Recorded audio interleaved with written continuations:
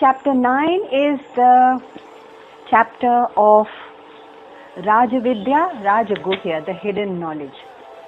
I am reminded of the little story, of course it's an imaginary story, of twins who were in the womb of the mother.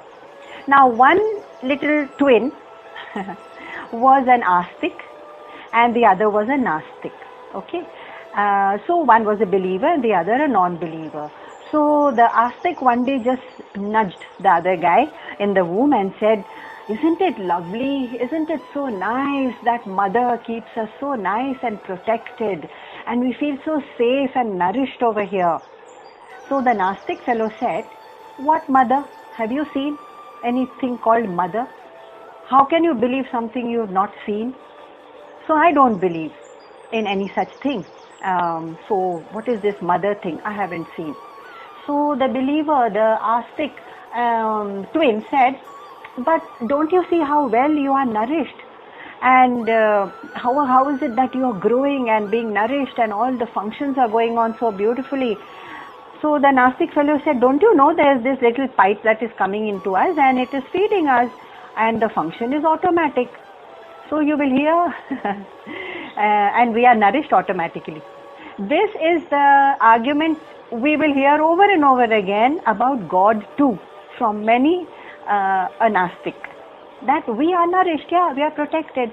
How come you have got this great good luck and suddenly you find yourself in a wealthy family and comfortable and high education, everything going well with you, and you have this great intelligence with which you are running your company as a CEO? Is everything an accident?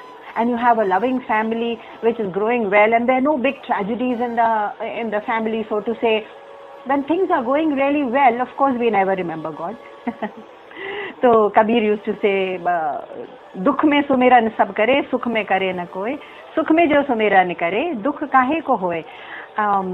But even the Nastic won't even remember the God in Dukha, because he says, I am a scientific temper of mind. I believe in the laws of nature. And I think everything is, the law of nature is going on automatically. The trees are growing, the precipitation is taking place, and rain falls, and then there's sunshine, and then the plants grow, and the earth is designed with all its proper chemicals in the soil to have the plants grow. Don't you see? It is all automatic. So the Nastic and the Astic will forever have this argument. And in this chapter, the chapter of Rajavidya, Rajaguhya, it says, yes, exactly. We are saying it is hidden knowledge. Rajaguhya, it is a hidden knowledge. And therefore it is hard. It's not as if we are in the embryo, I mean in the womb, and we can see the mother. In fact, we cannot. And therefore we look for evidence. And at the same time we are completely enveloped. And the astic fellow says in the womb, how do you know that maybe there is this whole place around us in which we are seated? Maybe everywhere there is mother. Maybe all the walls that we are touching, maybe that's mother. Maybe we are swimming in the medium of mother. And the other fellow says, no, sorry, I don't think you are scientific in your argument. So Guhya, it is a hidden knowledge. It is not revealed easily to the five senses. And therefore the twin in the womb says, I don't see mother. And the other twin says, the astic fellow, we are in the lap of mother. We are in the womb of mother. We are in the lap of consciousness which is everywhere. The Nastic will say, where? Show me. As if your senses can experience it. No. Guhya Vidya, hidden. It's hidden.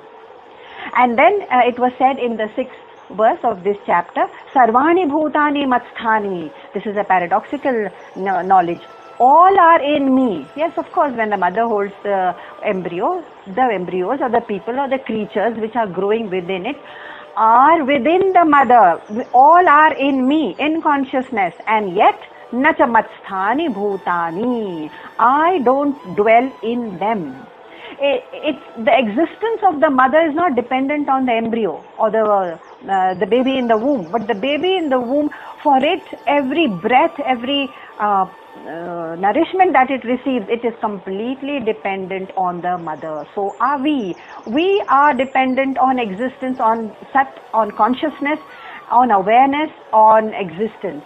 But existence, consciousness, it's not dependent on us. हमारा संसार आएगा, जाएगा, प्रलय होगा, आर्मेगेडॉन होगा, कयामत आएगी, but existence still continues. It is not dependent on us. We are dependent on it for our functioning, for our life itself. Sarvani bhutani matsthani. This actually is the crux of chapter 9. That's why it is called a hidden knowledge, a paradoxical knowledge. Sarvani bhutani matsthani. All are in me. I don't dwell in them. Nacha matsthani bhutani.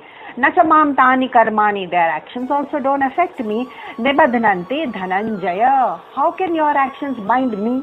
Your actions are your own collection of vasana. It's like a river, and the river is rushing downstream.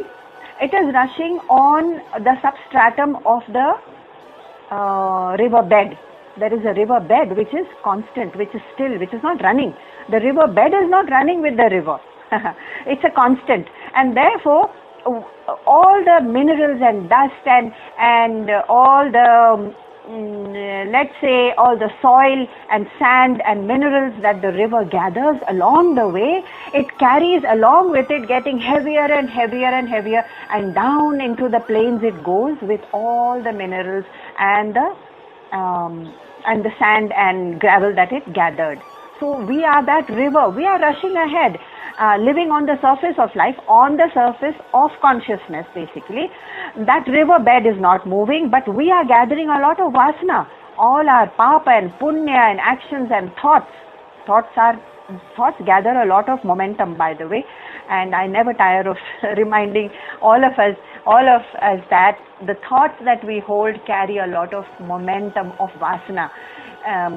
It carries a lot of heaviness of vasana baggage for the future. We think that, oh, nobody can hear my thoughts, nobody can know my thoughts, it's within me, and therefore it is nullified. Oh, no, it's never nullified, and therefore it's as good as a thought of papa or a thought of punya is as good as action, karma. But this karmani, nacha mamtani karmani nibadhananti, the river bed substratum consciousness, oh, I'm not touched by it. You gather your own vasana, you carry on, and therefore some rivers are clear as crystal. Some rivers, because they gather a lot of minerals and sand, they are heavy with sludge. It depends on the swabhava or the nature of the river. And what about consciousness? Oh, it remains. The words I'm using are from chapter 9. Udasina vadasinam. I am seated, indifferent to your actions, your thoughts, your pap, your punya. Asaktam, detached. Yeah, asaktam is the word which means detached. Teshu karmasu, all your actions. And therefore, what is this relationship then? The relationship is bhajantyananya manasaha gyatva bhutadim avyayam. In the 13th verse, Bhagavan said, if you know my true nature, Bhagavan says, which is what? Which is avyayam. I am not moving. I am nitya. I am eternal. I am untouched. And I am infinite. I am also not touched by your karma, because I am seated above, udasin. If you know my true nature, I am constant, I am always with you, but I am not dependent on you, then please do my bhajan. Bhajantyananya, और दूसरी चीजों का भजन न करते हुए नन्य मनसा, मेरा भजन करो. लेकिन भजन बिना जाने कैसे करेंगे हम? तो फिर हम खाली डिस्क्राइब करेंगे कि भगवान ऐसे होते हैं, उनकी लीला ऐसी होती है. Yes, it's important at one level, at bhakta level. It's important to know the rang, roop and the leelas of Bhagwan. But Bhagwan is not just that.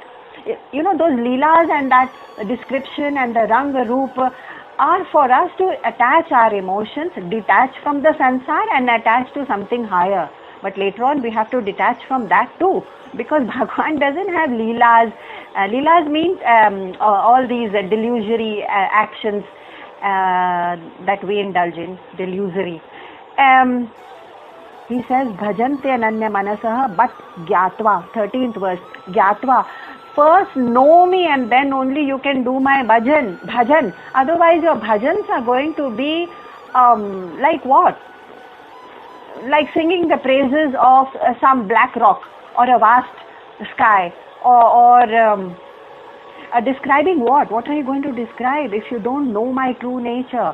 And my favorite example is that of Einstein. I go up on stage and I don't know what Einstein has done in his life, what he stands for. And I stand there and I'm so shallow. I describe the shock of wild hair and his sleeves and his clothes and his residence and where he lives and how much he is worth and which car he has come in.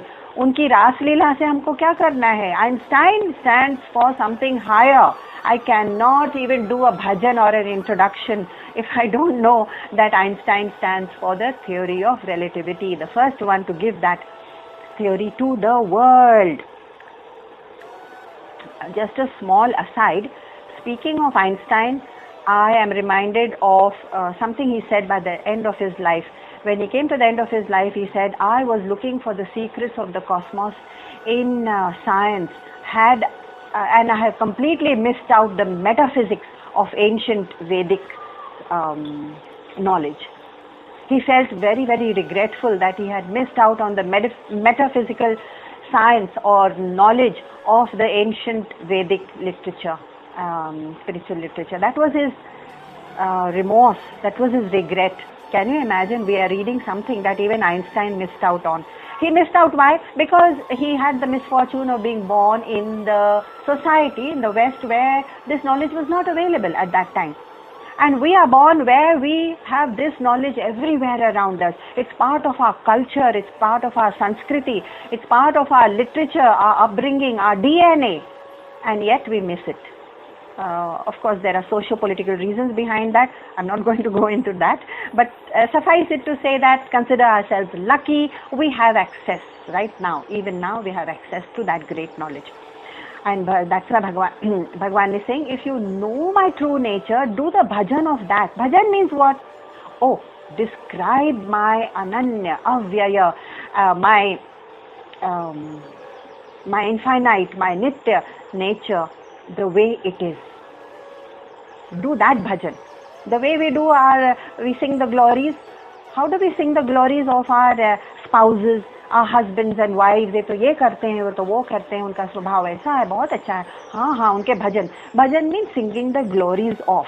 Okay, so we are singing the glories of our children and how brilliant they are and how respectful they are. Good. Sing the glories of everything, even your possessions, your car and your professions. We sing the bhajans all the time, if you notice. Sing glories of the outer world and the families and the nation and everything. But Bhagavan says, at least take some time off to describe me too. मेरा भी थोड़ा बयान करो किसी से, मेरी भी थोड़ी बातें किया करो किसी से, तो मेरी भी ग्लोरीज के बारे में सबको पता चलेगा. That's the meaning of bhajan. Okay, it doesn't mean singing loudly with drums and manjira and all that, which of course it's there to remind the rustic mind, I can't use any other word except rustic. The rustic mind which has to begin there. Bhajantya. Sarvani bhutani matsthani. He says bhutani means we, the creatures. You are that ultimate nature which is also timeless. Can you imagine? You are also timeless. You were born several times and your body of course was born. You were never born and you never died.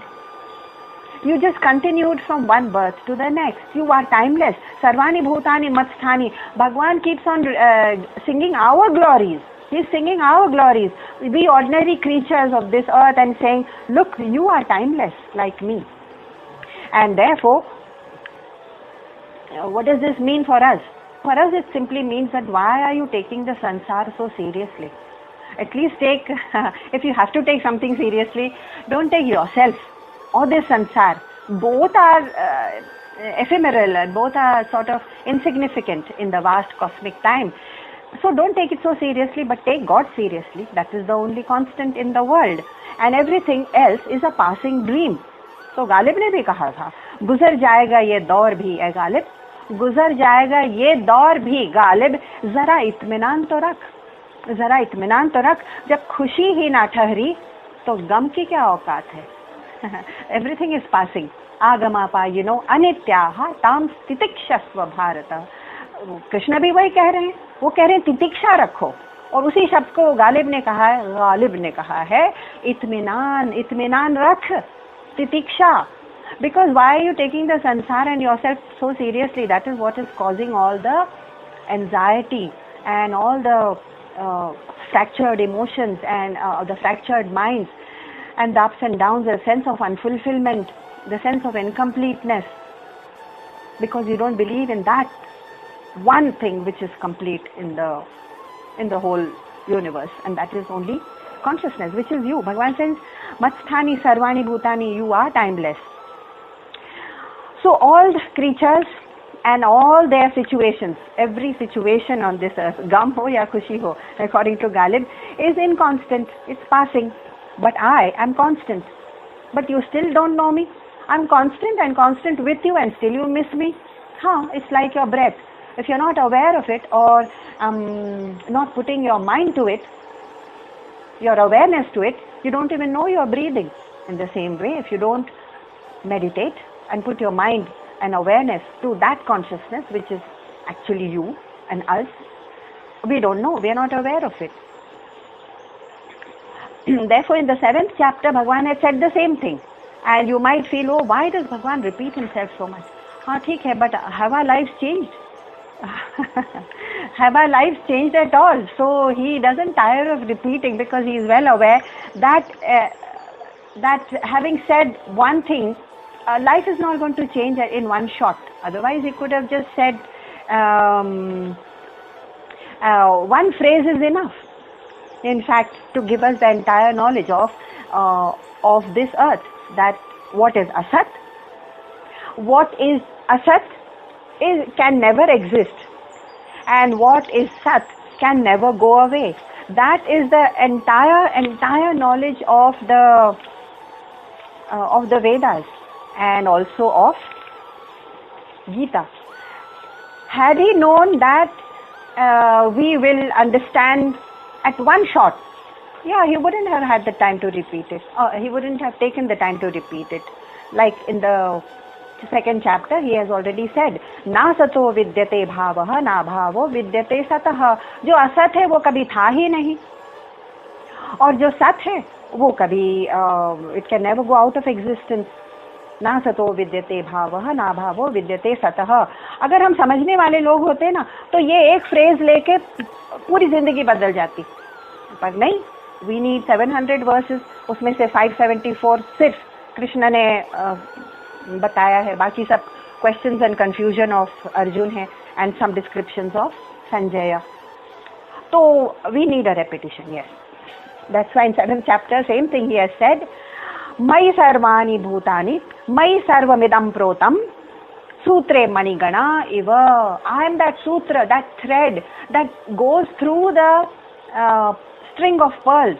You can see the string of pearls as sansar and say, wow, what beautiful things, how beautiful it is. Can you not see how is it that everything in the sansar is held together in this perfect order, in this perfect unison? That we don't know. We know that all these pearls are not scattered wildly in chaos. We are used to seeing the pearls in strings, but we never say what is holding it.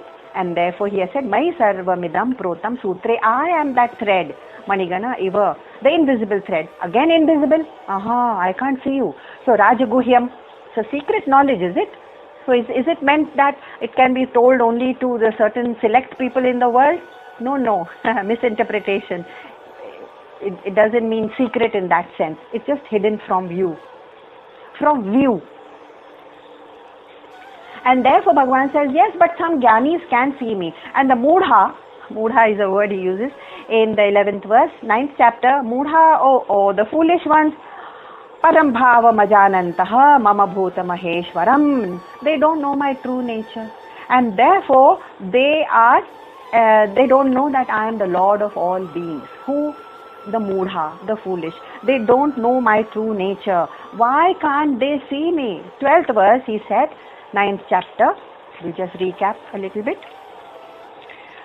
Why is it you can't, the mudha, see me? I am invisible, but I am also very, very al-zahir. I am also very present, always present.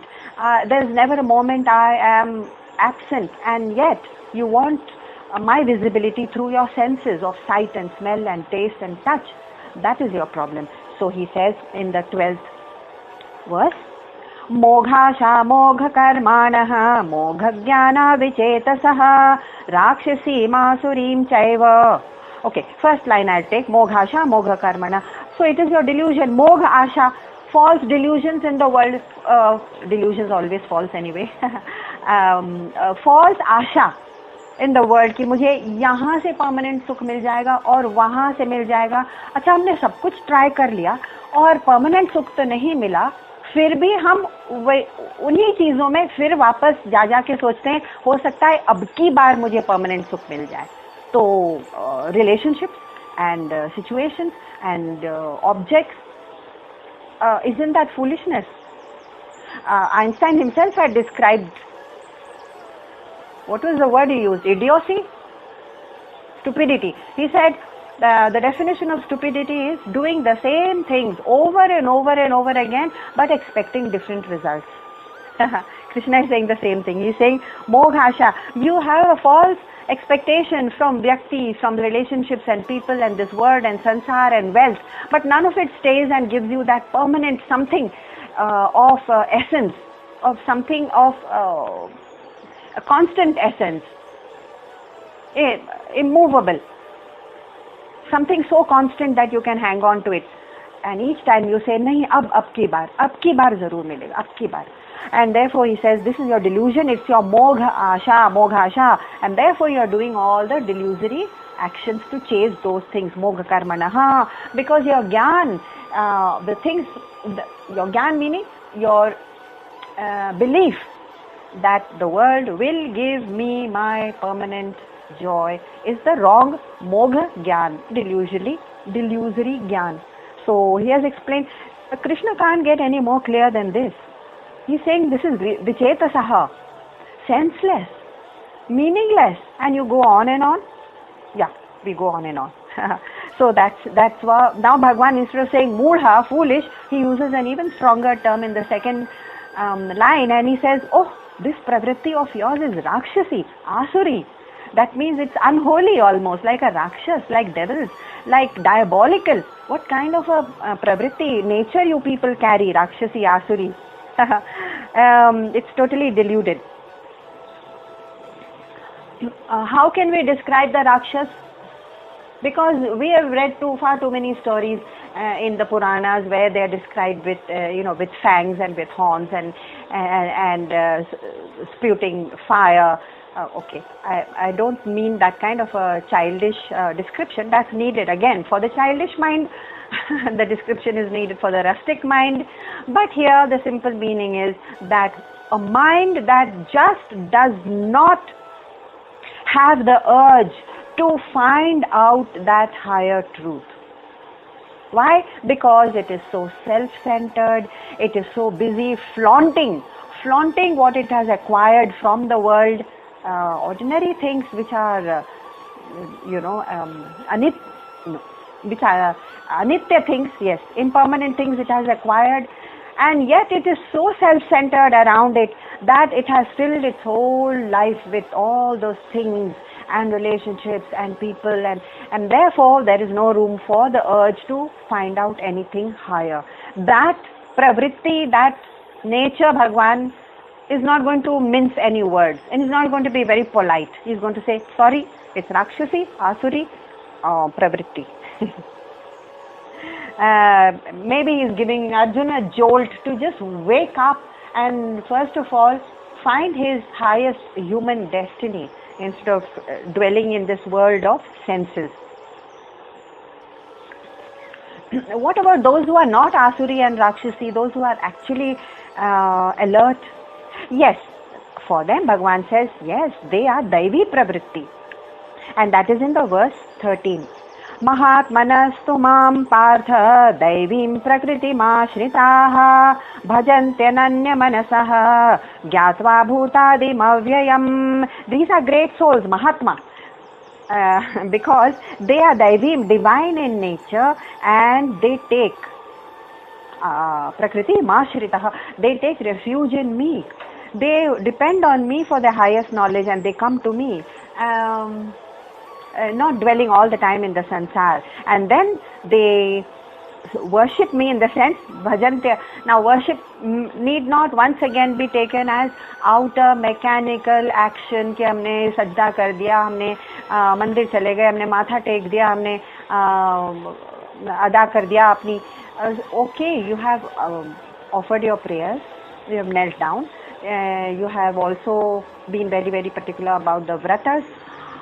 Here bhajantya simply means, do you sing the glories of his true nature? Gyatva, first find out his true nature.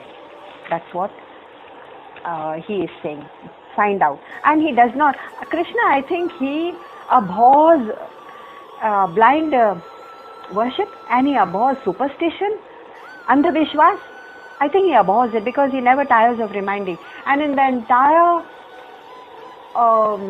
Bhagavad Gita, or even in the Vedas, there is not one place where there is a word for temple. Mandir, temple, is not a word that has been uttered at all. He's talking about pure Gyan. He's saying first find out.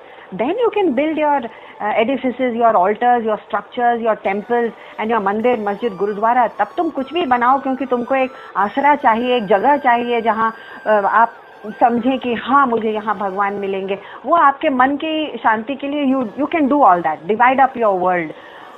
But temple is not a word that we have come across in this entire Granth.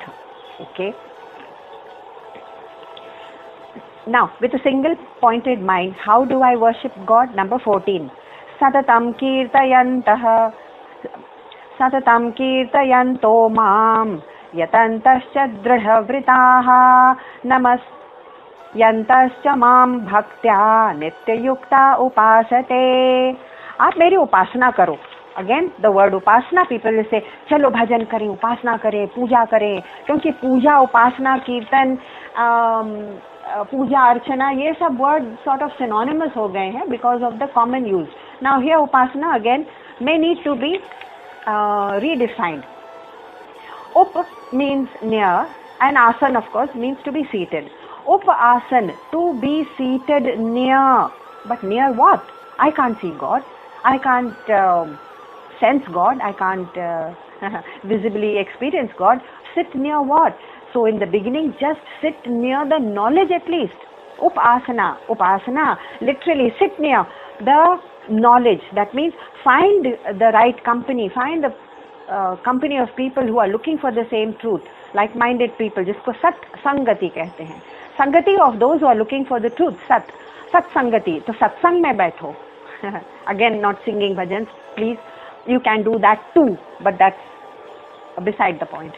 Satsang karo, seekers after truth, find a teacher, find the scripture, find a granth, find a translator, find your guru. Gurus meaning those who can actually be the life guides, spiritual guides. And of course you can also find ordinary teachers like us who are sort of translating the Grantha, but at least find the Grantha, the scriptures, the teacher. If you're not sitting anywhere near these things, then you're sitting near what? Sitting near material things and describing and thinking about the beauty of your new Mercedes car. तो हम भजन गलत चीज़ों का कर रहे हैं. एक example दिया गया है, what a beautiful example it is, वो भी ग्रंथों से लिया गया है. वो ये कि जब हमको एक पीस ऑफ वुड हमारे पास है और वो पानी में मॉइसन हो गया, मतलब गीला हो गया है, और उसको हम आग के पास रखते हैं. ठीक है, आग में डालेंगे तो वो जलेगा ही नहीं. तो हम कह रहे हैं ज्ञान यहाँ है, the piece of wood is us. We saying gyan यहाँ है, come drink deep from the fire of gyan. लेकिन वो वुड तो जलने के लिए तैयार ही नहीं है. It is so heavily with the moisture and इतना डूबा हुआ है संसार के मॉइस्चर में, इतना डूबा हुआ है कि ज्ञान की अग्नि उसको जला नहीं पाएगी. So we are those people. तो यहाँ कहा गया है, okay, doesn't matter, don't jump into the fire, it's not possible for you to gain gyan. Why don't you just upasana, sit nearby. उपासना करो, पहले सिर्फ उपासना करो, यानी कि लिसन टू द नॉलेज, श्रवण करो, फिर उस पर कॉन्टेम्पलेट करो, मनन करो, sit in satsang, listen as much as you can. इसका मतलब हम ज्ञान में डूबने के लिए तैयार नहीं है, इतना मॉइस्चर हैवी है संसार का, लेकिन पास में बैठे हैं ना, धीरे धीरे धीरे, शनय शनय, वो वुड का पीस बहुत स्लोली, या it will not happen with one reading of Gita और कुरान और बुद्धिस्ट टेक्स्ट, बट धीरे धीरे धीरे वो वुड का पीस सिर्फ आग के पास, सिर्फ पास बैठने से सूखता जाएगा, सूखता जाएगा. And one fine day it will be crackling dry and then it is ready to jump into the fire, the agni of ज्ञान, and say, wow, now I have found the truth. तो वो slow dryness करने के लिए ना, वो भगवान कह रहे हैं उपासना करो, पहले उपासना करो, श्रवणम मननम नितिध्यासनम, listening, contemplating and meditating on it in satsang. और वो slowly that ignorance will dry up, the ignorance, then only you are, the wood is dry enough to burn in the ज्ञान की अग्नि, ज्ञानाग्नि, ज्ञान यज्ञ करो. So the first word in the 15th, ज्ञान यज्ञेन चाप्येन, चाप्यन ये ज्ञान यज्ञ. So ज्ञान, the fire has been likened to ज्ञान, and this yajna, this upasana, this shravanam, this mananam, this contemplation, this reading, this discussion that we do is has been likened to a yajna. It's a yajna. And therefore Chinmayaji also, he had actually borrowed the word from the Bhagavad Gita when he called all his lectures Gyan Yajna. So all the pamphlets which were published and all that, they were called Gyan Yajna, so and so date, year so and so, venue this and this, and Swami Chinmayananji is going to give this. He never used the word discourse. He said Gyan Yajna or Gita Yajna. So that's the meaning. Yajna meaning that that oblation that you're offering, the sacrifice you're offering to the Gyan Agni. He said slowly that will be possible. So let me give you the example of this imaginary example again of a wave, लहर, जो हर रोज शाम को एक दिया जलाती थी और एक दिया जला के हर रोज प्रे करती थी वो लहर कि हे भगवान मुझे समुद्र से मिला दे, मुझे उस ओशन से मिला दे. तो क्या फायदा वो दिया जलाने का और वो बत्ती जलाने का और pray. And she really prayed very very sincerely. And when one wise old wave, wise, बहुत ही वाइज जिसको कहते हैं ना, वाइज उर्दू में भी वाइज मीन्स वाइज पीपल, वो आए, एक वाइज आए और वो बोले कि अरे छोटी लहर तुम हमसे ज्ञान सुनो, तुम ये सुनो कि जो तुम में तत्व है, जो मॉइस्चर है और जो तुम्हारा तत्व है, सैपिडिटी, फ्लूइडिटी, सॉल्ट, वो सब कुछ इस ओशन का ही है और तुमने ओशन से ही लिया है. और जानो या ना जानो, ये समुद्र तुम ही हो, तुम ही समुद्र में समाये हुए हो. And God is with you. And the moment this wave, ये लहर को समझ में आ गया, अरे मैं फिजूल ही बत्ती जला जला के भगवान से, किस भगवान से प्रार्थना कर रहा था, मैं तो भगवान में ही समाया हुआ हूँ. This consciousness is always with me. And therefore, that is the day the ocean realized, I am the same as the ocean. Eka tatvena, I am of the same essence. And ज्ञान यज्ञ उपासना करने से slowly. लेकिन हमको कोई wise, कोई ग्रंथ समझाने के लिए चाहिए, वरना हम तो जिंदगी भर दिया बत्ती जलाते रह जाएंगे. And we will do it very sincerely. No one is doubting the sincerity of the one who is doing this puja, archana, lamp lighting and the regularity with it. But Bhagwan himself has said in the 13th verse saying, yes, you can do all that, but do it having known my nature first. Gyatva. Otherwise it becomes mechanical and it doesn't reach anywhere. You can do it for several lifetimes. Prithakvena, this word used, Prithakvena, second line, here it says, I am worshipped in various forms. So I could be Vishnu, Shiva, Krishna, Buddha, Christ, Muhammad. I am this and that, but my divine essence is the same.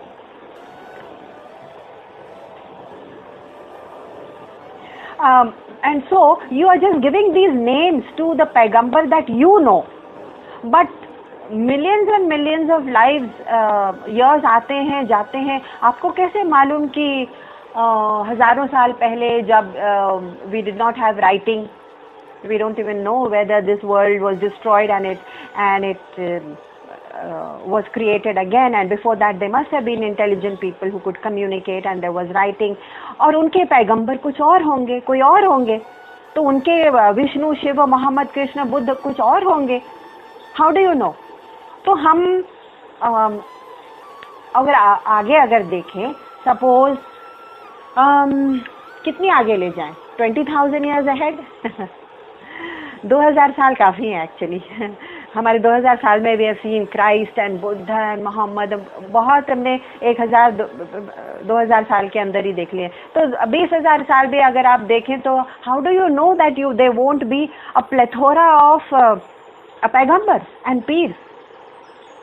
तो ये तो पृथक वे ना ही से हम मुझे बहुत तरीके से और बहुत फॉर्म्स में पूजा जाता है, but I will remain the same. How can I be diversified? पृथक. I will be the same. ये वेव वाला एग्जाम्पल इंटरेस्टिंग था, लेकिन और एक एग्जाम्पल दिया गया है, that of a musician.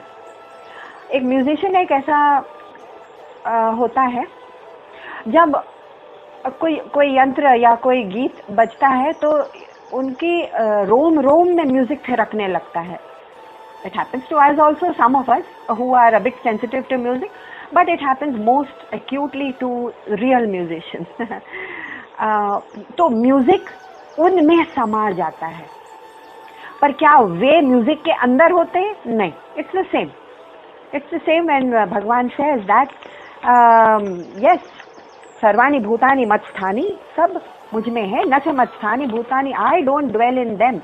Same for a dancer. A dancer is up on stage और वो जो थिरक रही है उसमें हर एक रिदम उसके रोम रोम में समा गया है और एक हो गया है. Actually that rhythm and the way her hands and feet and घुंघरू are moving are the same.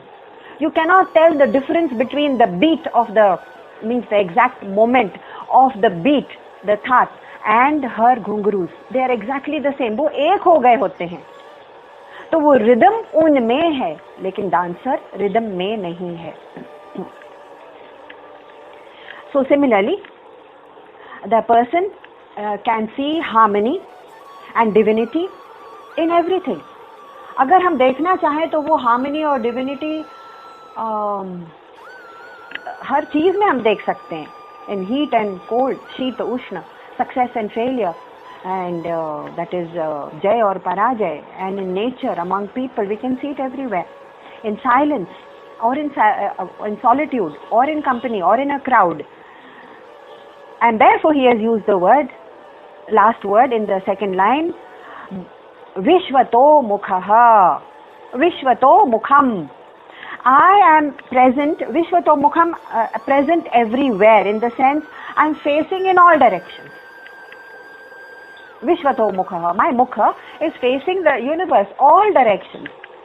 So I am everywhere, present everywhere, not only in the temples, not only in the Gurudwaras or the masjid or the churches. I am everywhere, naturally, Vishvato Mukha. For example, if you take a pot and you hold the pot in your hand and then you're asked, please point out to me, touch the spot on the pot, उस घड़े पर ऐसी जगह को छुओ जहां clay या mud हो. तो आप कहेंगे ये कैसा सवाल है, ये तो पूरा पॉट ही मड का बना हुआ है, मैं जहां भी उसको टच करूं, छूऊं, तो ऊपर या नीचे या साइड में या अंदर या बाहर, वो केवल और केवल मड है, वो केवल और केवल क्ले है, दैट इज द तत्व of the pot, clay pot I mean. तो वही तो है, वही तो कह रहे हैं भगवान विश्वतो मुखः। आप चाहे जो नाम दे दो, लेकिन आप कहो कि मैं यहाँ हूँ या वहाँ हूँ, अरे नहीं, तो आई एम एवरीवेयर, विश्वतो मुखः। And Tulsidas was also very fond of saying that I don't have a specific time to pray. Whenever I feel I can pray to God, but even when I'm not praying, God is with me. वो तो खैर महात्मा level थे। He's saying there is no auspicious time. हर समय ही auspicious है, मैं तो हर जगह हूँ। And doing specific, I don't do any specific rituals कि ऐसे ही इसी समय आपको इतने फूल और इतना जल और इतना दूध और इतने auspicious time में इस मूर्ति पर चढ़ाना है। ठीक है, rituals हैं, लेकिन Tulsidas said I am beyond that. These rituals and all, I don't know them and I don't really perform them because my Ram is with me. My Ram, my God, my consciousness, my Ram is with me. And to know the divine, मैं क्या क्या करूँ? मैं मंदिर जाऊँ, मैं यहाँ बैठूँ, मैं वहाँ बैठूँ, मैं मस्जिद में बैठूँ, मैं गुरुद्वारा में जाऊँ, मैं कहाँ कहाँ जाऊँ? मैं तो divinity मेरे साथ ही है. I carry Ram in my heart, said Tulsidas. But the lesser people like us, for understanding that vast Brahman, we require the support. We require the support of idols and mandir, masjid, gurudwara and priests and paigambar. We require that support. उपासना, उपासित, उनके पास तो पहले बैठे, जब लकड़ी पूरी तरह सूख जाएगी तब हम कहेंगे यस, लाइक तुलसीदास और मोहम्मद और Buddha, okay, I don't have to do any rituals, I am with the divine. तो फिर or the nature of that divine is what? It's nitya, it's eternal, it's mukta, it's always free. How can you bind it in anything? Bind it with the walls of your mandir masjid, or bind it with the names of your religions, or bind it with the names. It's like nations. What are nations on this geography of this earth? If you look from space, the earth is only mostly ocean and some part land. So you see only green or blue. पर उसके अंदर जब पास पास पास जाते हैं तब लगता है कि अरे ये बाउंड्रीज, ये दीवारें, ये मैशेस, दोज इलेक्ट्रिकल वायर्स, ये बाउंड्रीज कैसे बन गई? तो ये तो कुदरत ने नहीं बनाई हैं. तो those are artificial boundaries of nations. Nations, there is no such thing as nation. It is our imagination कि इस दायरे के अंदर मैं रहूँगा और मेरी आइडेंटिटी ये है, मैं इंडियन हूँ. It's a ridiculous idea actually. So same way so भगवान से आप केवल और केवल आत्मा है. आप चाहे जितनी चीज़ों में अपने आप को डिवाइड कर लीजिए, yes you need the support, but you will remain eternal and you will remain नित्य. And what about your sacred duties? All your sacred duties are only in the remembrance, ananya chetasah, in the remembrance of that truth. एक truth पकड़ लीजिए, वो truth आपको नहीं छोड़ेगा. उसके बाद आप बाहर से कुछ भी आडंबर करने की जरूरत नहीं है. In fact this word aadambar is not mine. Many people accuse me of being an iconoclast. No, it is Shankaracharya, Adi Shankaracharya, 12th century. He said, आप पाखंड कर रहे हैं, आडंबर कर रहे हैं, क्योंकि आप सिर्फ मैकेनिकली पूजा अर्चना कह रहे हैं. I am very pious, I am very divine. भगवान कह रहे हैं, you were divine already, even before you started your Puja Archana. So, going forward, how can these diverse ways become the worship of one single self? मुझे एक सत्य चाहिए. चाहिए क्या? सत्य है ही एक. तो फिर 16th वर्स में भगवान कहते हैं, अहम क्रतुरहम यज्ञः स्वधाहमहम औषधम मंत्रोहमहमेवाज्यम अहमग्निरहम Hotam. I am the kratu, I am the sacrifice, I am the offering, I am the ancestors, I am your medicinal herbs and plants, I am the mantra, I am the clarified butter. जो घी डालते हैं ना यज्ञ में, वो भी मैं हूँ, clarified butter. I am the fire, I am the oblation. मतलब आप यज्ञ जो कर रहे हैं वो सब ही मैं हूँ। ब्रह्मार्पणम ब्रह्म विहि ब्रह्माग्नौ ब्रह्मणाहुतम। कौन सी ऐसी जगह है मैं जहां मैं हूं नहीं?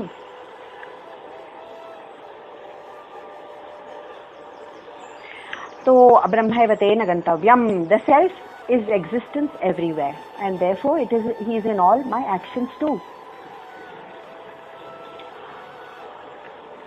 तो फाइनली क्या कहा? उन्होंने सिर्फ पूरा का पूरा वेदांत समराइज कर दिया। That's all Vedanta is. अहम ब्रह्मास्मि इज अ महावाक्य, क्योंकि ये वाक्य अगर समझ गए तो हमको इतने वॉल्यूमिनस ग्रंथों की जरूरत कहाँ पड़ेगी। लेकिन एक वाक्य से कौन समझता है? तो therefore जीसस ने भी तो कहा था कि my yoke is light and my burden is light, come to me.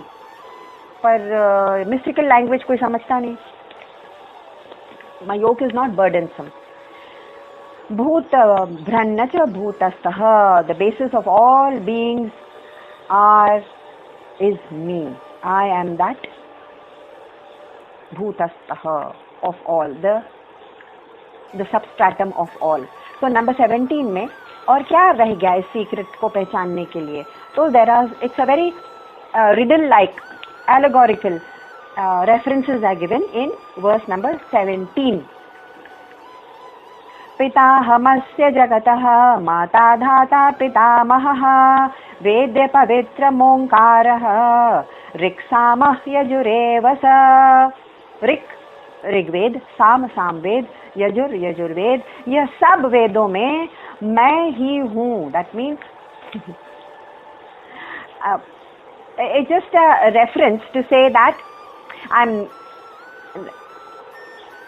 in all the knowledge, and even in the holy sound Om, whatever you take as your supreme most, I am in that.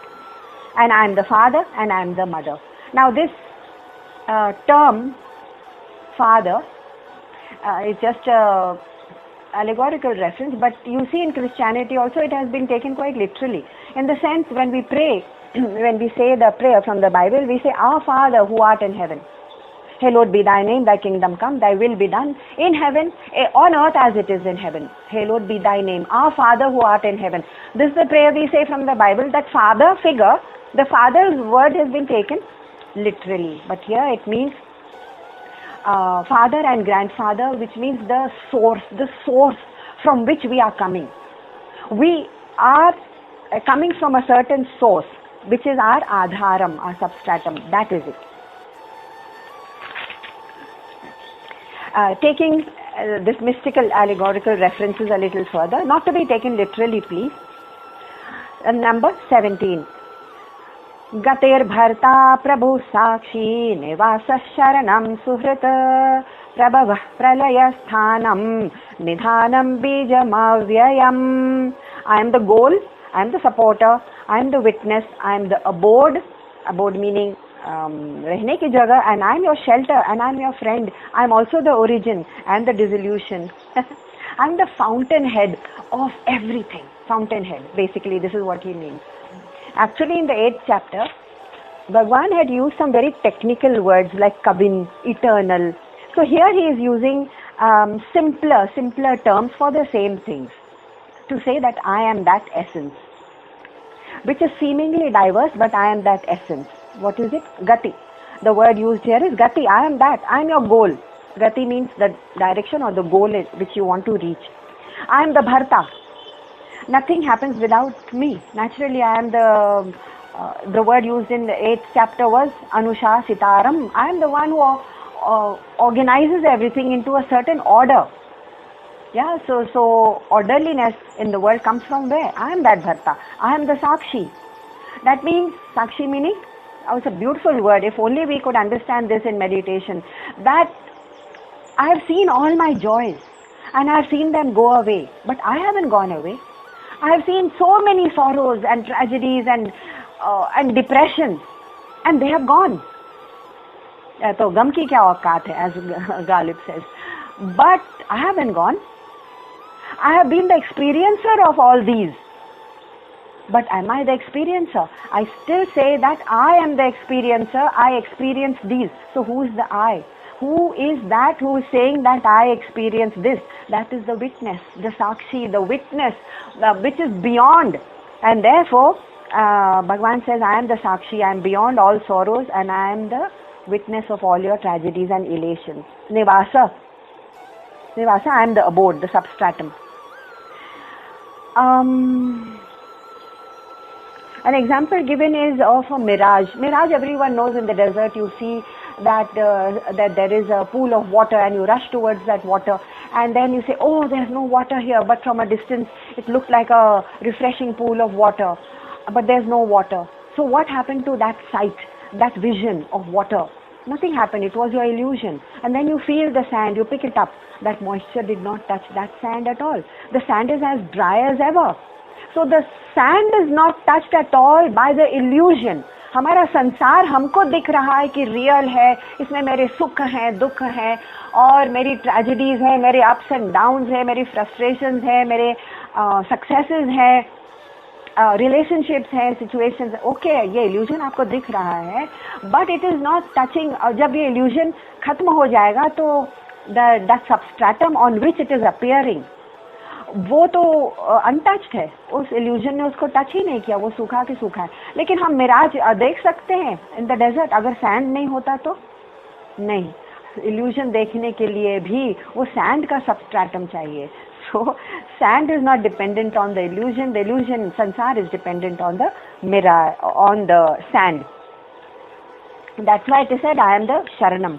I am there but untouched by your actions. Identity, अपनी identity हम every time we identify only with this body and thought and actions and all the outer things that are happening in the world and to us through that outer world, to our outer identity.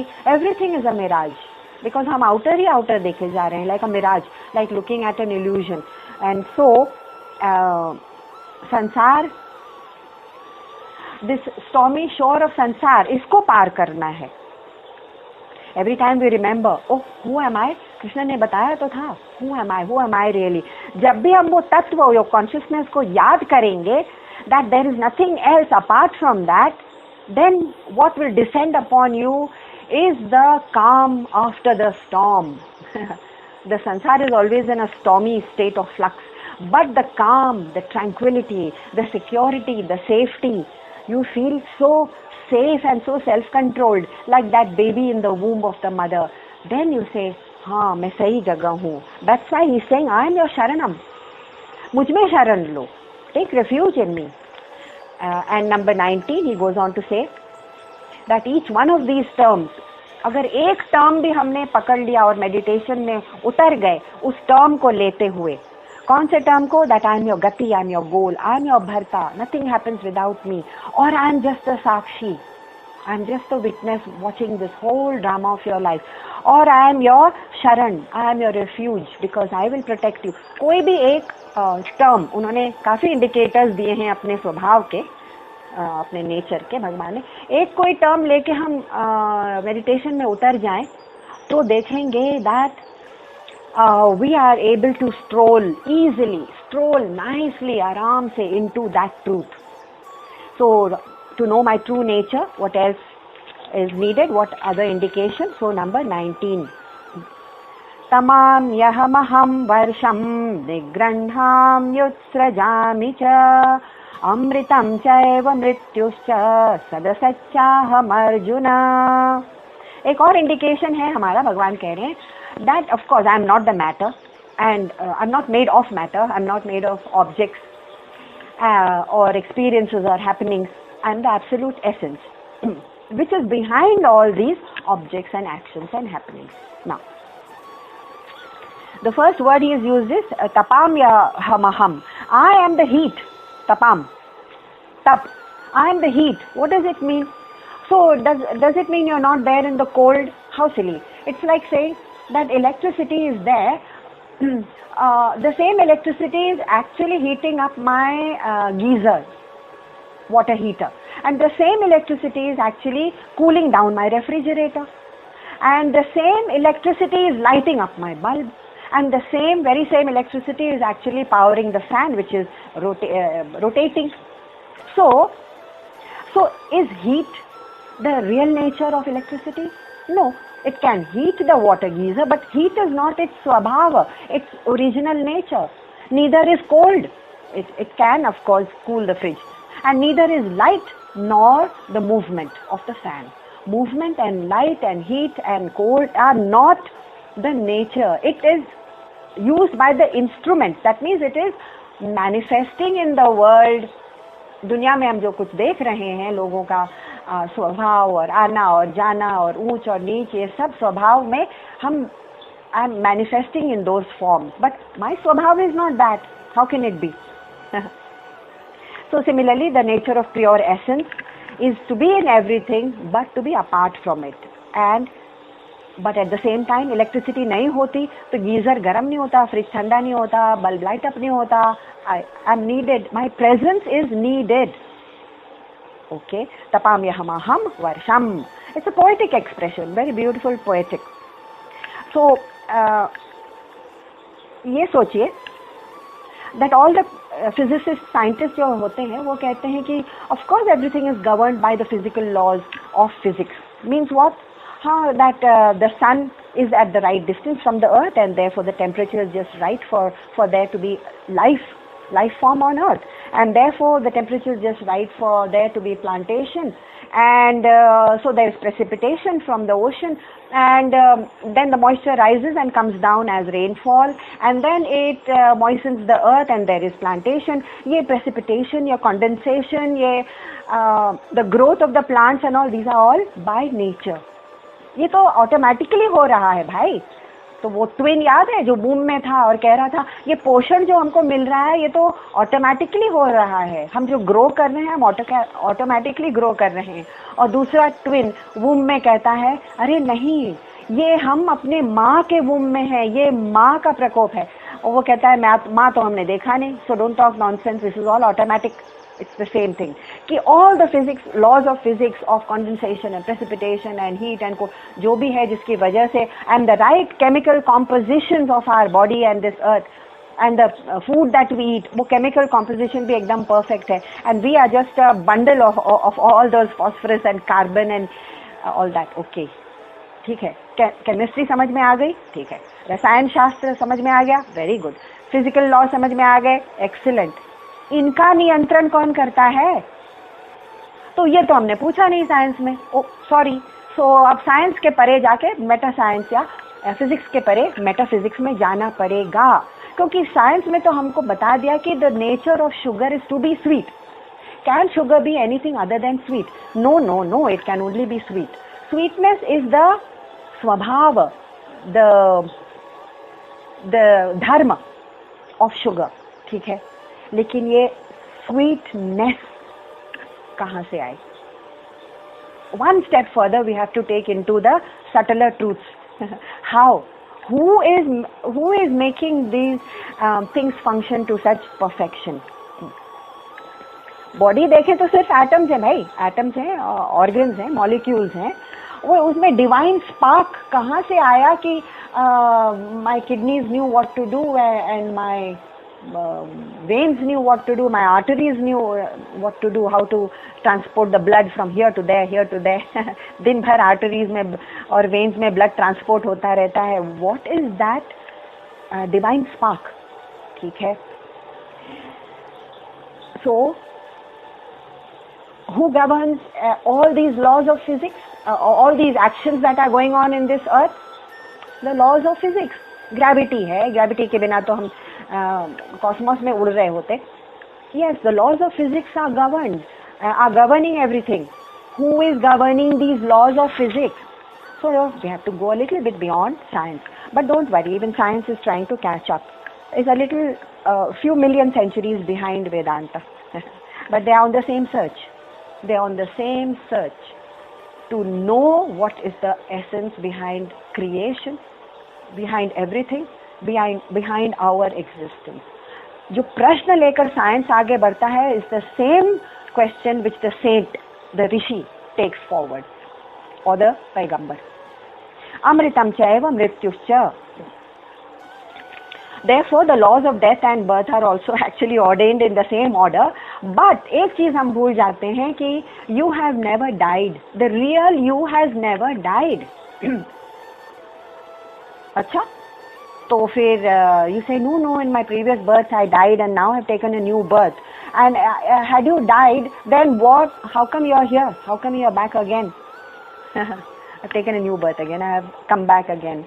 But the real nature is the same. The essence is the same. And to remind us of this, that I am actually never ever dead. It is this symbol which Shiva uses. Cremation ground में, पुराण में लिखा है, cremation ground में, स्मशान घाट में जाकर शिव जी विभूति यानी कि the ashes of the dead bodies he takes and he smears it over his forehead and his chest. It is just a symbol, bhai. It is a symbol for us to remember. Shiv ji is trying to remind us, and these stories are all made in the Puran in order to remind the ordinary learners of symbolic remembrance that you are eternal. And so जो bodies जल गई उसकी विभूति राख को लेकर उन्होंने अपने शिव जी को आपने देखा है माथे पर और चेस्ट पर और आर्म्स पर मल लिया. जस्ट अ रिमाइंडर कि भाई आप तो कभी फना हुए ही नहीं है. You are not mortal. तो ये एक हाई सिंबलिज्म ऑफ शिव है. और ये चैप्टर 2 में बहुत अच्छी तरीके से बता दिया था उन्होंने. वासांसि जीर्णानि यथा विहाय नवानि गृह्णाति नरोपराणि. जैसे कि हम we cast off our old clothes and adorn new clothes in the same way, तथा शरीरानि विहाय जीर्णानि अन्यानि संयाति नवानि देहि. I cast off my old body and adorn a new body. उसी तरह इसलिए कहा गया है 19th वर्स में Sada Satchaham Arjuna. I am Sat and Asat at the same time. I am manifest as well as unmanifest.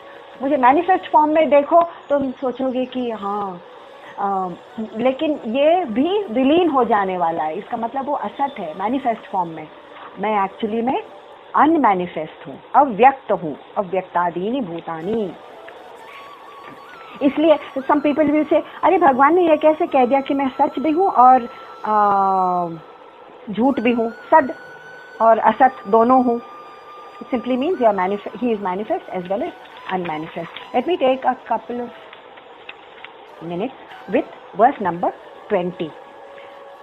त्रैविद्यामां सोमपापूतपापाः यज्ञैरिष्ट्वा स्वर्गगतिं पार्थयन्ते ते पुण्यमासाद्य सुरेन्द्रलोकम् अस्चन्ति दिव्यान् दिवि देवभोगान्.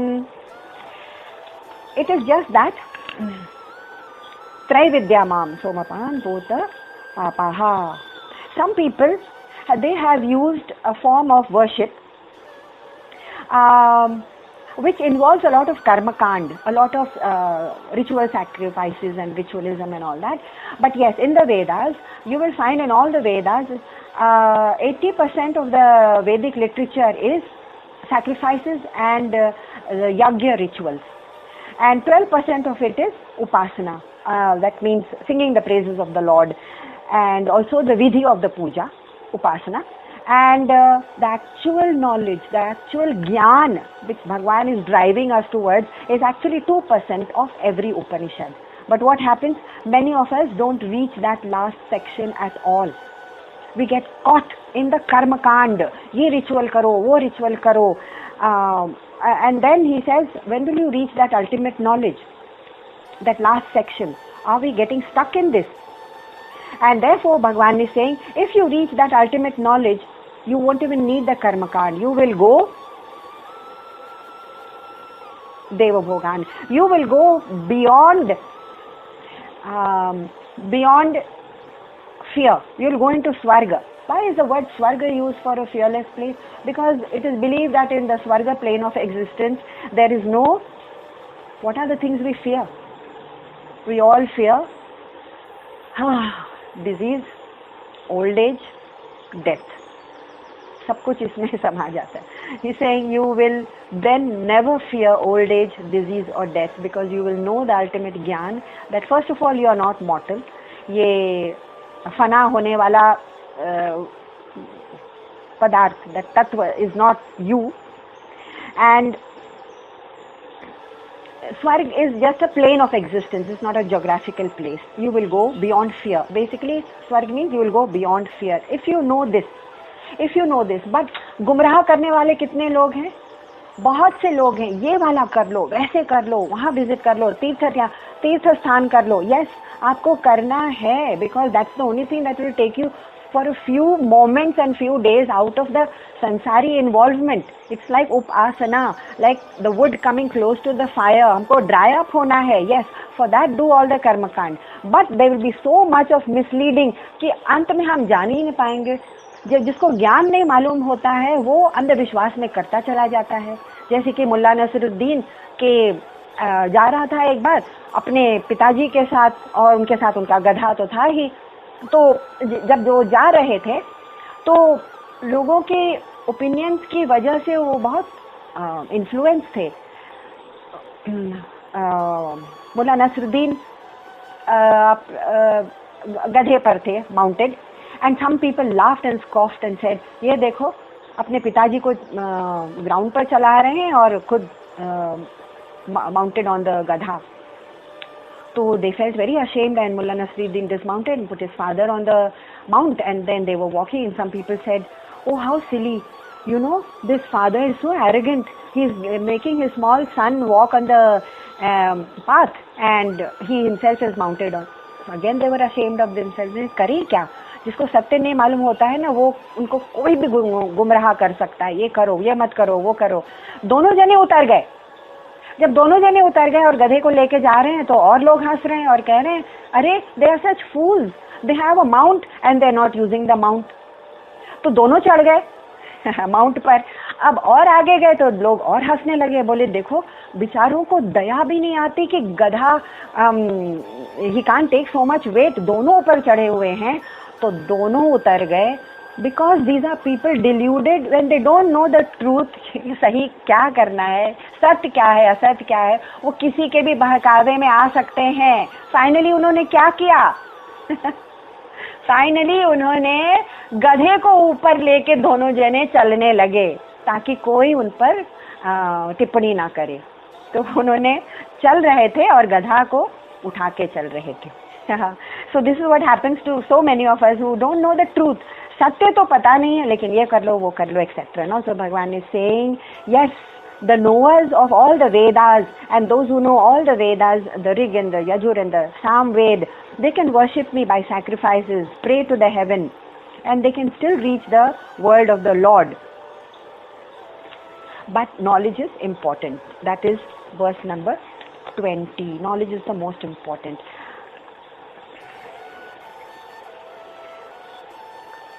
Hari Om. I'm going to stop here.